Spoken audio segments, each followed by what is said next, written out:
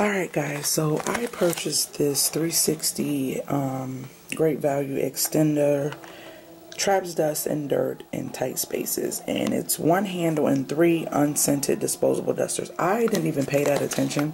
I thought this was one big fluffy duster, but that's good that I got three in here. So we're gonna open this up. And actually, when I bought it, was kind of sort of like, it seemed like it wasn't sealed good, but it's just a duster. So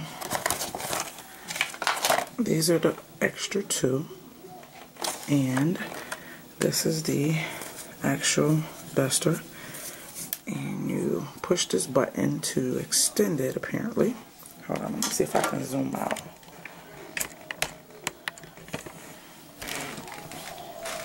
You push this button to extend it, and this is also an extender here. Whoops. Oh, well, it comes off. Didn't know that. And you can put this back in like that. Oh, push that down. I guess, guys, how did I just get this out? I didn't. Oh, see it? You push it in, and it clicks into this little hole right here. So, yeah, I have a lot of spaces in my home that I need to get to that needs to be dusted, like the tops of my mirrors. I'm going to show you some of the spaces that I'm going to be using this with. I'm going to tell you how well it picks up dirt and tell you if I like it. So it's clean right now. I got some spaces I want to try to touch and see if this works, like the tops of my door frames and my chandelier, different things like that. So let's see how good this bad boy works.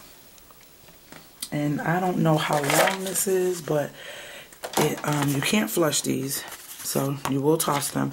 And the reason I picked the great value one is because these duster refills don't cost as much as the what is the other one I was gonna get, the Swiffer.